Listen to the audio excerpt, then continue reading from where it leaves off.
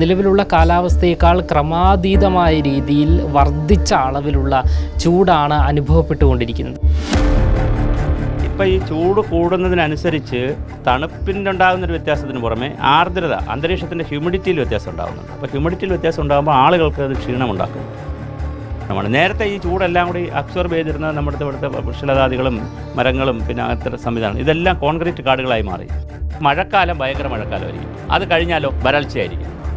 ആവാസ വ്യവസ്ഥയെയും അന്തരീക്ഷ മലിനീകരണത്തെയും പിന്നെ വെള്ളത്തിൻ്റെ അവസ്ഥയെയും ഹ്യൂമിഡിറ്റി പിടിക്കാനും എല്ലാം വലിയ സംഭവമായിരുന്നു കാവുകൾ. പക്ഷേ ആ കാവുകൾ നശിപ്പിച്ചു. ഇനി ഒരു 2-2.5 മാസക്കാലം അതികഠിനമായ ചൂടായിരിക്കും. കാലാവസ്ഥ മാറ്റത്തെ പരിഗണിക്കുന്നൊരു വികസനം ഇവിടെ ഇല്ല. ലോകം മുഴുവൻ മാറി ചിന്തിക്കുകയാണ്. അപ്പോൾ ജലസംരക്ഷണം നടത്തുക, ജലത്തിൻ്റെ അച്ചടക്കത്തിൽ വിനിയോഗം നോക്കുക, ജലമലിനീകരണം ഒഴിവാക്കുക. നമസ്കാരം. നമ്മുടെ സംസ്ഥാനത്തിപ്പോൾ വലിയ രീതിയിലുള്ള ചൂട് അനുഭവപ്പെട്ടുകൊണ്ടിരിക്കുകയാണ്. അതായത് നിലവിലുള്ള കാലാവസ്ഥയേക്കാൾ ക്രമാതീതമായ രീതിയിൽ വർദ്ധിച്ച അളവിലുള്ള ചൂടാണ് അനുഭവപ്പെട്ടുകൊണ്ടിരിക്കുന്നത്. ഇത്തരത്തിൽ ഈ ഒരു കാലാവസ്ഥ പെട്ടെന്ന് മാറാനുള്ള കാരണം എന്താണ് എന്നുള്ള ചോദ്യം പലരിൽ നിന്നും ഉയർന്നു വരുന്നുണ്ട്. ഈ ഒരു ചോദ്യത്തിനുള്ള ഉത്തരം നൽകുവാനായി നമ്മളോടൊപ്പം ഇന്ന് ചേരുന്നത് ജലഭൗമശാസ്ത്ര വിദഗ്ധനും അതുകൂടാതെ സ്പിരിച്വൽ സയൻറ്റിസ്റ്റുമായ ഡോക്ടർ വി സുഭാഷ് ചന്ദ്രബോസാണ്. ഈ ഒരു 2-3 മാസത്തിനിടയിൽ വലിയ രീതിയിലുള്ള ചൂട് നമ്മുടെ കേരളത്തിൻ്റെ വിവിധ ഭാഗങ്ങളിൽ അനുഭവപ്പെട്ടുകൊണ്ടിരിക്കുകയാണ്. പ്രത്യേകിച്ച് തണുപ്പുള്ള സ്ഥലങ്ങളിൽ വരെ, വയനാട്, ഇടുക്കി അങ്ങനെയുള്ള സ്ഥലത്ത് ഉൾപ്പെടെ വലിയ രീതിയിലുള്ള ചൂട് അനുഭവപ്പെടുന്നു. ഇതിനുള്ള കാരണം എന്താണ്? 2-3 വിഷയങ്ങളുണ്ട്. ഒന്ന്, കേരളത്തിൽ ഇപ്പോൾ 33 ഡിഗ്രി 34 ഡിഗ്രി ചൂടിലേക്ക് കയറിയിട്ടുണ്ട്. അതൊരു 36-37 വരെയൊക്കെ ചിലപ്പോൾ പോയേക്കാം. മീനമാസത്തിലെ സൂര്യൻ ഉച്ചസ്ഥായിലെത്തുന്ന സമയമാണല്ലോ. മീനമാസം എന്ന് പറഞ്ഞാൽ കുംഭച്ചൂട്, കടലെടുക്കുമെന്നും കടൽ വറ്റിക്കുമെന്നും പിന്നെ അത് കഴിഞ്ഞിട്ട് മീനമാസത്തിലെ സൂര്യൻ വലിയ ചൂടാണ്. എല്ലാ കാലത്തും അങ്ങനെയാണ്. പക്ഷേ ഇപ്പോൾ പ്രശ്നം അതല്ല. ഇപ്പോൾ ഈ ചൂട് കൂടുന്നതിനനുസരിച്ച് തണുപ്പിനുണ്ടാകുന്നൊരു വ്യത്യാസത്തിന് പുറമെ ആർദ്രത, അന്തരീക്ഷത്തിൻ്റെ ഹ്യൂമിഡിറ്റിയിൽ വ്യത്യാസം ഉണ്ടാകുന്നുണ്ട്. അപ്പോൾ ഹ്യൂമിഡിറ്റിയിൽ വ്യത്യാസം ഉണ്ടാകുമ്പോൾ ആളുകൾക്ക് അത് ക്ഷീണമുണ്ടാക്കും, ആരോഗ്യ പ്രശ്നങ്ങളുണ്ടാക്കും. പണ്ട് ഇത്രയും ഇപ്പോൾ തമിഴ്നാട്ടിൽ 33 ഡിഗ്രി ചൂട് വിഷയമല്ല, നോർമലാണ്. അവിടെ ഇത്രയും മരങ്ങളില്ല പല സ്ഥലങ്ങളിലും, എന്നിട്ടും അവർക്ക് ചൂട് പ്രശ്നമല്ല.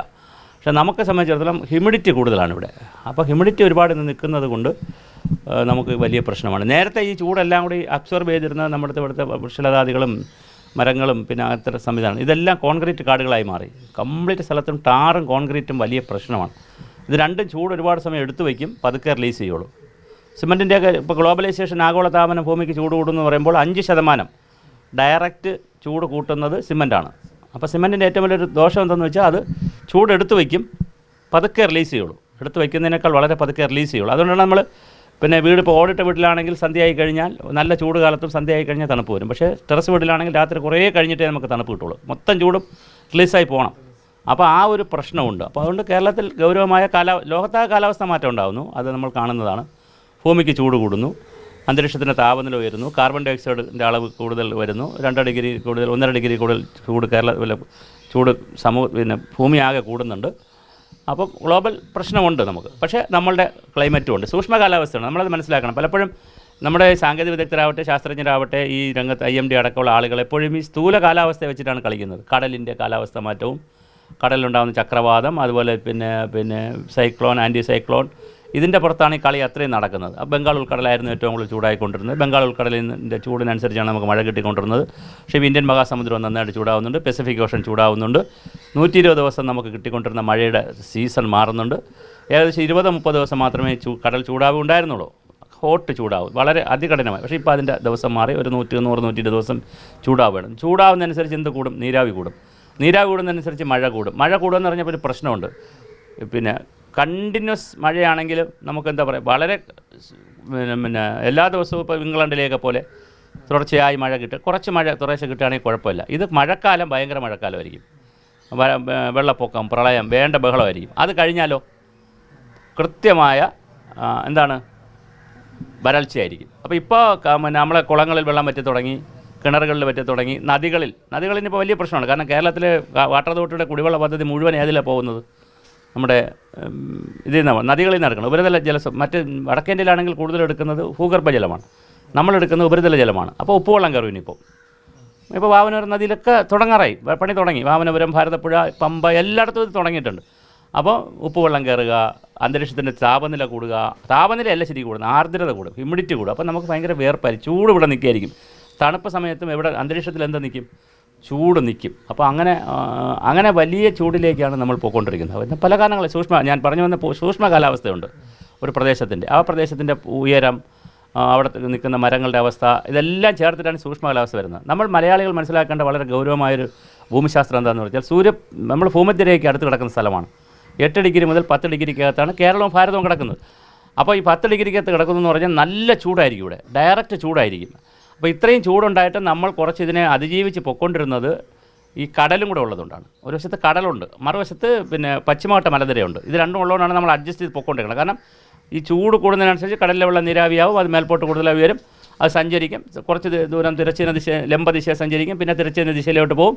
ഞാൻ സയൻസാണ് പറയുന്നത്. നേരെ അത് എവിടെ പോയി ഇടിക്കും, നമ്മുടെ മലനിരകളിൽ പോയി ഇടിക്കും. അവിടെ മരങ്ങളുള്ളതുകൊണ്ട് അതിനെ അവിടെ തടഞ്ഞു നിർത്തും, മരങ്ങളിൽ താഴോട്ട് മഴ പെയ്യും. ഇങ്ങനെ ഒരു നല്ല സിസ്റ്റം. ആ മഴകളെല്ലാം കൂടെ വരുമ്പോൾ 44 നദി ഉത്ഭവിക്കും. ആ നദിക്ക് താഴോട്ട് വരുമ്പോൾ വെള്ളം കെട്ടി നിൽക്കാൻ വയലുണ്ട്, അത് കഴിഞ്ഞ് കായലുകളുണ്ട്, കുളങ്ങൾ. ഇങ്ങനെ ഒരു വലിയ വെൽ എസ്റ്റാബ്ലിഷ്ഡ് ആയ ഒരു നാച്ചുറൽ എക്കോസിസ്റ്റമാണ് ഇവിടെ ഉള്ളത്. അതുകൊണ്ടാണ് ചൂട് കുറവായിരുന്നത്. എക്കോസിസ്റ്റം മൊത്തം പോയി. നമ്മുടെ 75% കാടായിരുന്നു കേരളത്തിൽ. നമ്മളിപ്പോൾ സംസാരിക്കുന്ന ഈ എന്ന് പറയുന്ന സ്ഥലവും എല്ലാം കാടായിരുന്നു. അനന്തങ്കാട്, തിരുവനന്തപുരം എല്ലാം കാടായിരുന്നു. പുത്തരിക്കണ്ടം, പിന്നെ 8 കുന്നുകളുടെയും 7 പിന്നെ കുളങ്ങളുടെയും നേരെ തിരുവനന്തപുരം. താമരക്കുളം, എരുമക്കുളം, പാത്രക്കുളം, മാഞ്ഞാലിക്കുളം എല്ലാം അതായിരുന്നു. തക്കാട് കുന്ന്, കനകക്കുന്ന്, ബാർട്ടൺ ഹിൽ കുന്ന് ഇതെല്ലാം നമ്മൾ എന്ത് ചെയ്തു, വികസനത്തിൻ്റെ പേരിൽ നശിപ്പിച്ചു. അപ്പോൾ ഒരു വശത്ത് ഇതൊക്കെ പോയപ്പോൾ നമ്മളെ കാലാവസ്ഥയിൽ സൂക്ഷ്മ കാലാവസ്ഥയിൽ വലിയ മാറ്റം ഉണ്ടായി. അപ്പോൾ മഴക്കാലം വലിയ മഴ വരും. മഴ കഴിഞ്ഞാൽ ആ മഴ നിൽക്കാനുള്ള സ്ഥലമില്ല ഇവിടെ. വേറൊരു പ്രശ്നമുണ്ട്. 3 മീറ്ററേ ഉള്ളൂ നമുക്ക് ഈ മണ്ണിൻ്റെ കനം ഇങ്ങനെ എടുക്കുന്നത്, തിക്നെസ് 3 മീറ്ററേ ഉള്ളൂ. അപ്പോൾ പെയ്യുന്ന മഴവെള്ളം, നല്ല മഴ വന്നാൽ ഈ 3 മീറ്റർ നിറഞ്ഞു കഴിഞ്ഞാൽ സ്പോഞ്ച് പോലെയാണ്. നിറഞ്ഞു കഴിഞ്ഞാൽ ബാക്കിയുള്ള ഒന്നുകിൽ താഴെ കൂടെ പോകും, അല്ലെങ്കിൽ മുകളിൽ കിടന്നിട്ട് അത് പ്രളയം ഉണ്ടാക്കും.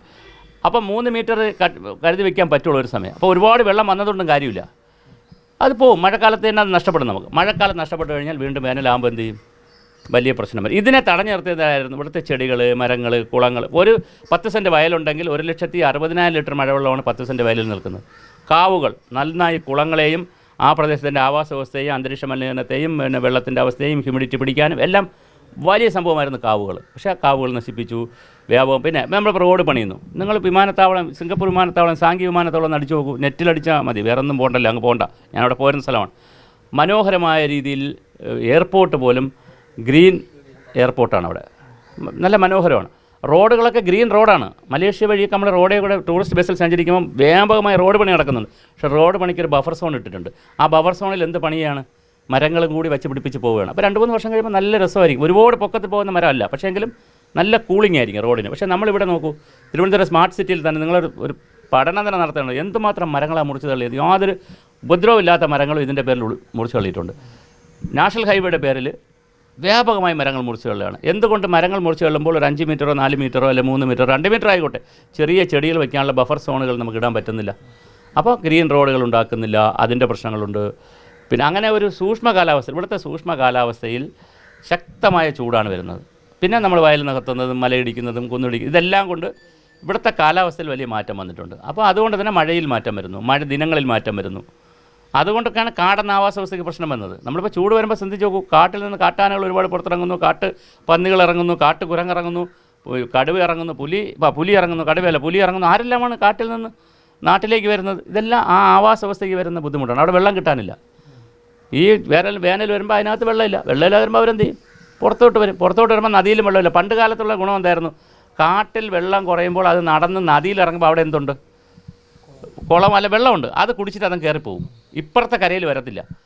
ഇതിപ്പോൾ നടന്ന് ഇപ്പുറത്തെ കരയിലോട്ട് വരും, അത് വെള്ളം തേടി വരുന്നതാണ്. ചൂട് അതിന് സഹിക്കണ്ടേ? ആനയൊക്കെ ഭയങ്കര ചൂടാണ് ഇത് പറയുമ്പോൾ. അപ്പോൾ ഗുരുതരമായ മൃഗങ്ങൾക്ക്, പക്ഷികൾ അത് വേറൊരു വിഭാഗമാണ്.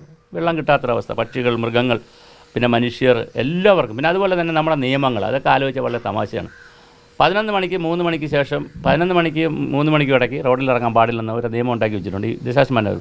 പക്ഷേ ഓഫീസൊക്കെ പ്രവർത്തിക്കണം എത്ര മണിക്കാണ്? 10 മണിക്കാണ് പ്രവർത്തിച്ചു തുടങ്ങണം. 10:30 സാറന്മാരെല്ലാം വരാൻ. ഞാൻ ഓഫീസ് വർക്ക് 10:30 എല്ലാം സെറ്റാവാൻ. അപ്പോൾ ആളുകൾ വിചാരിക്കും 10:30 സെറ്റായി കഴിഞ്ഞാൽ അപ്പോഴേ ചെന്ന് കയറി നമ്മളെ പരാതി പറയേണ്ട, അല്ലെങ്കിൽ നമ്മളെ ഫയൽ നോക്കണം. ഒരു 11 മണിക്കാണ് ആളുകൾ വീട്ടിൽ നിന്ന് ഇറങ്ങുന്നത്, അല്ലെങ്കിൽ വീട്ടിൽ വരുന്നത്. 11 മണിക്ക് ഇറങ്ങിയ ഒരു 12 മണിക്കല്ലേ നല്ല ഉച്ച സമയത്തായിരിക്കും എല്ലാ ഓഫീസിലേക്ക് അവർ ചെന്ന് കയറുന്നത്. ഒന്നും മുമ്പേ ചെന്ന് കയറും, അല്ലെങ്കിൽ 2 മണി 5 മണിക്ക് മുമ്പേ ആളുകൾ പോവുകയും ചെയ്യും. അപ്പോൾ ഈ ഓഫീസ് സമയം നമ്മളങ്ങനെ മാറ്റുന്നില്ല. ഇപ്പോൾ ചൈനയിലൊക്കെ അങ്ങനെയല്ല, കാലാവസ്ഥയ്ക്കനുസരിച്ച് ഓഫീസ് സമയം ഷിഫ്റ്റ് ചെയ്യും. സ്കൂളിൻ്റെ സമയം നമ്മളങ്ങനെ ഷിഫ്റ്റ് ചെയ്യുന്നില്ല. നമ്മൾ സ്കൂൾ തുറന്നു വെച്ചിട്ട് കുട്ടികളോട് യാത്ര ചെയ്യലെന്ന് പറഞ്ഞാൽ നമ്മൾ മണ്ടന്മാരാണ് പല കാര്യങ്ങളും. അപ്പോൾ കാലാവസ്ഥയ്ക്കനുസരിച്ചുള്ള സ്കൂൾ ടൈമിങ്ങും കാലാവസ്ഥയ്ക്കനുസരിച്ചുള്ള ഓഫീസ് ടൈമിങ്ങും ജോലി സമയവും ഒക്കെ അതനുസരിച്ച് നമ്മൾ മാറ്റുന്നില്ല.